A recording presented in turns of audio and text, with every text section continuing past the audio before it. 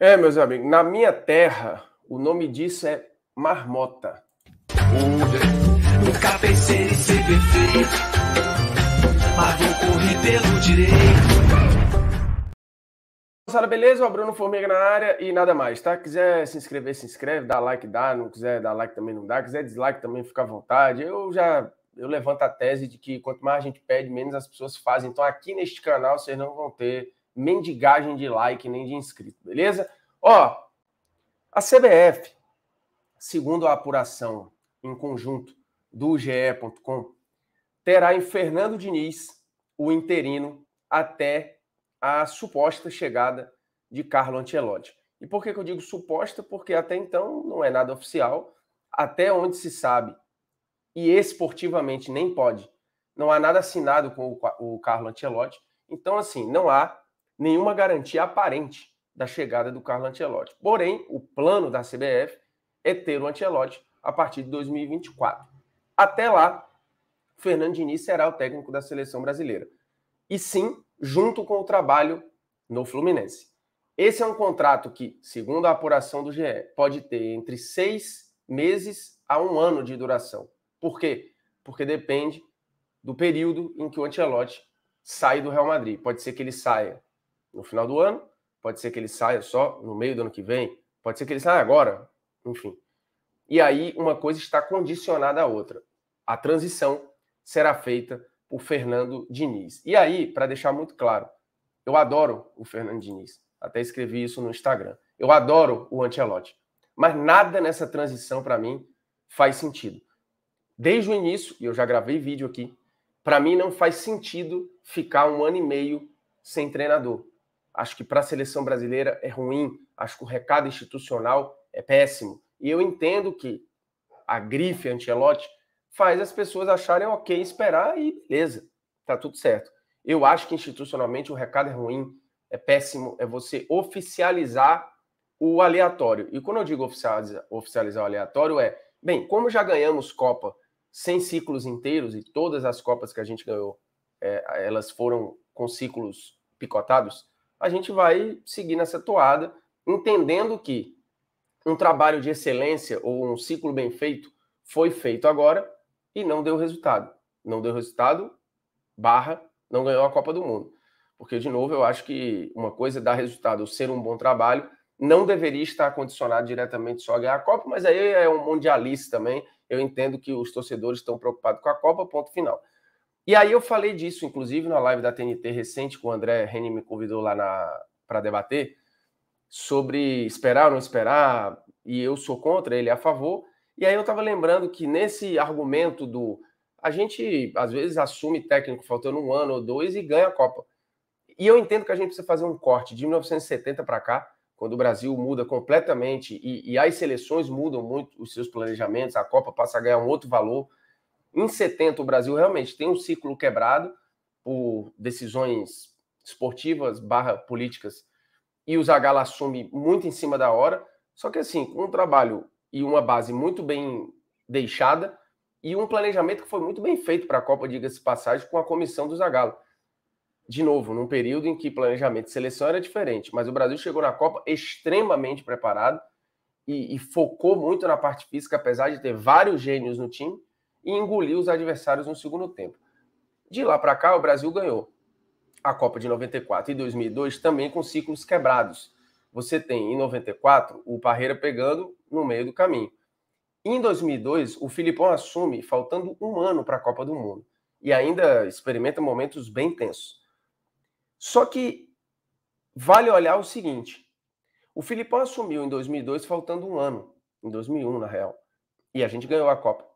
O Filipão assumiu em 2013 faltando 1 ano para a Copa do Mundo e a gente tomou 7-1. Então, assim, a fórmula, dizer que o caminho mais correto é você ter um ciclo quebrado, ou um ciclo de 1 ano e meio, de 1 ano ou de 2, não é verdade. O mais normal é você ganhar fazendo um trabalho bem feito. E, de novo, isso aqui não tem nada a ver com o Ancelotti. E também não tem nada a ver com o Diniz.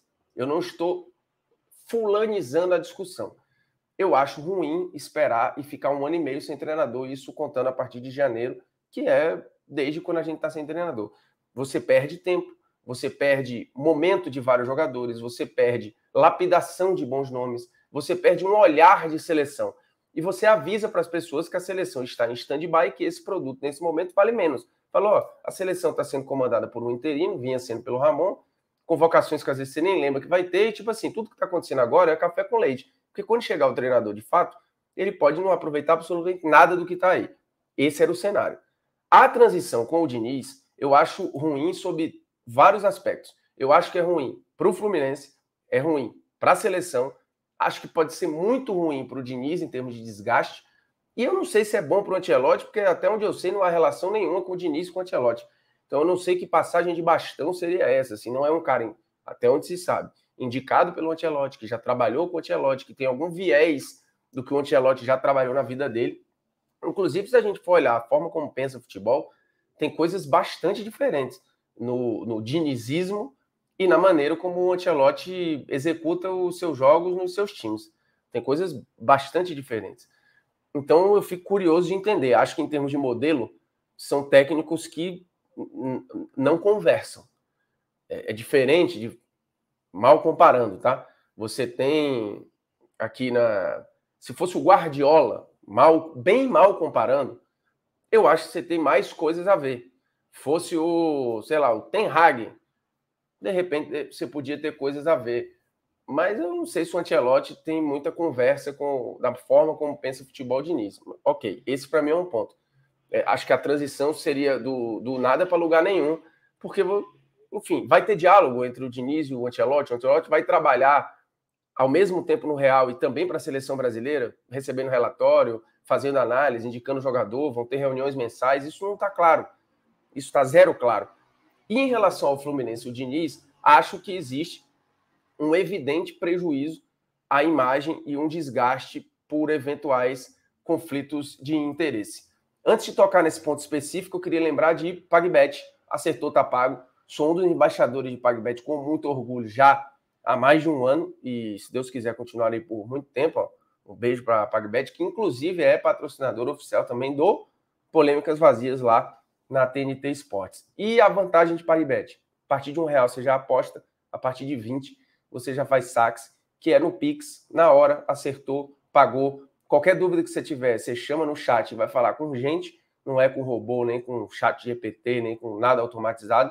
Você vai falar com pessoas e vai tirar todas as suas dúvidas lá no site, que é, de todos, o mais simples, mais ágil, mais prático e mais intuitivo. Então, assim, tá começando mata-mata de Copa do Brasil, a gente vai ter daqui a pouco as oitavas de final da Libertadores, tem volta de Liga dos Campeões da Europa, tem todo um universo. Inclusive, falarei em breve e mostrarei as odds para a bola de ouro, porque temos briga ali de Haaland, De Bruyne, Messi, Vinícius Júnior, tem boas oportunidades ali. O link está na descrição do vídeo para você já clicar direto e se divertir. Lembrando, site de aposta não é segundo emprego, não vai lhe fazer rico, não vai lhe garantir aposentadoria, é pura e simplesmente diversão e entretenimento. Então jogue com responsabilidade e deixe lá o que você pode perder, que é o que eu faço e indico aqui e em qualquer rede social que eu fale de PagBet, beleza? Voltando a falar de Diniz, interesses e por aí vai. Só voltando, recapitulando rapidinho a história do Ancelotti, tá? O Real Madrid, dito por ele, Ancelotti, ou ventilado, ele não indicaria nem o filho, nem traria ninguém da comissão dele, porque isso oficializaria um duplo trabalho e que o Real fatalmente não vai gostar. Então, assim, se isso acontecer, imagino eu, vai ser como um cliente oculto, né? Vai ser por baixo dos panos. Acho isso ruim. Não tem nada oficial, nem nada assinado. É uma garantia de que o Ancelotti vai vir?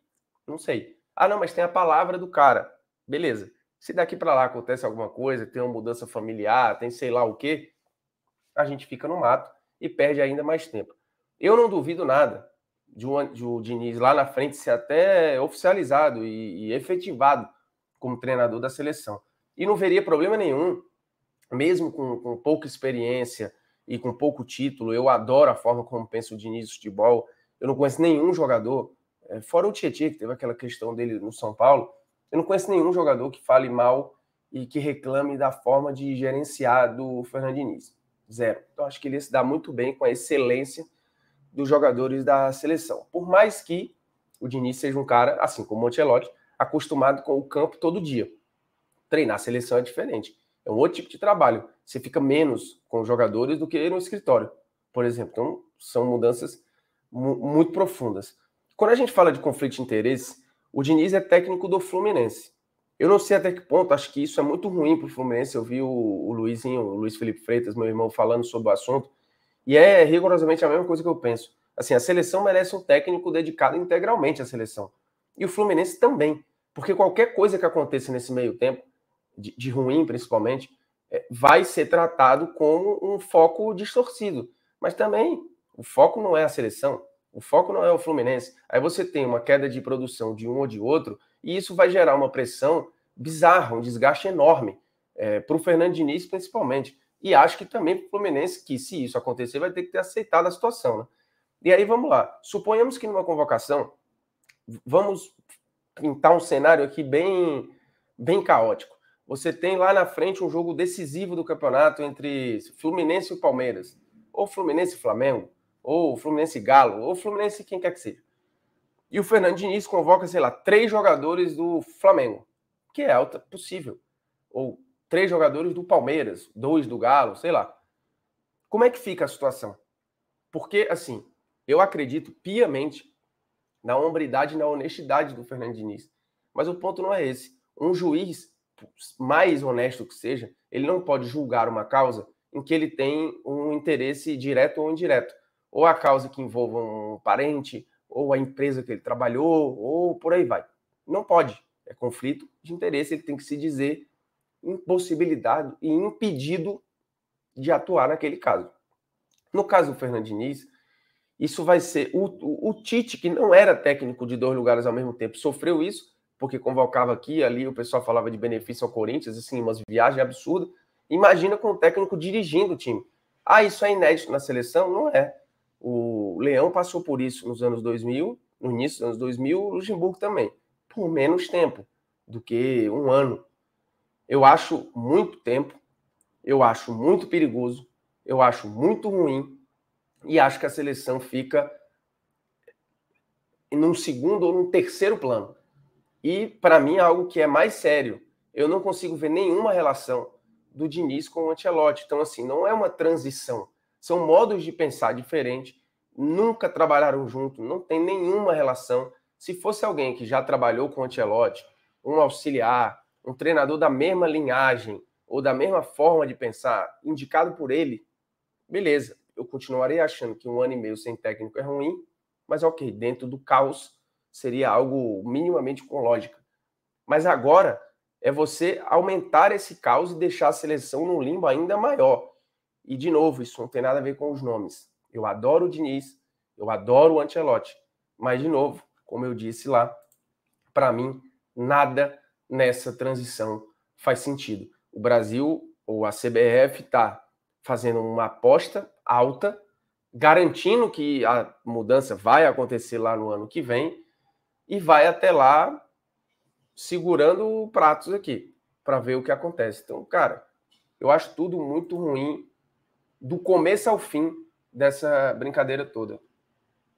A ver o que vai acontecer, mas acho o recado institucional, de novo, péssimo. Assim, você passa um recado de zona e de que você está perdido. Que eu acho que é, de fato, como a CBF deve estar se sentindo.